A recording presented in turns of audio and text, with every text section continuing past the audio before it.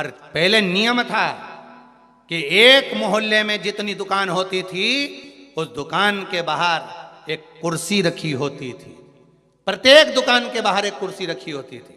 ग्राहक आता था, कुर्सी पर बैठता था, कुर्सी पर बैठता, सामान खरीदता, सामान खरीदा जिसकी दुकान से कुर्सी, उस दुकान को जब बाहर रखी थी वो कुर्सी फिर अंदर रख लेता था।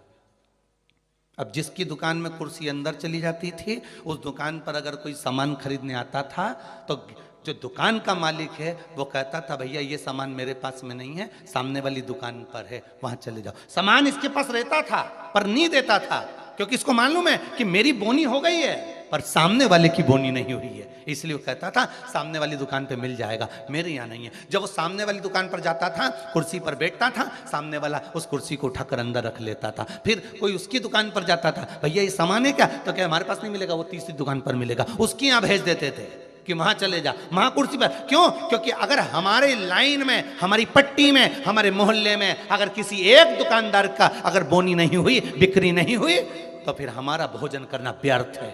ये हमारा हिंदू धर्म था, ये मेरी भारत भूमि का गौरव था। और एक आज का जमाना, जो मिल जाए जितना मिल जाए निपटा लो, फिर मौका मिले कि नहीं मिले। आज के जमाने में बस निपटाओ, अपन तो काटो, दे के काटो।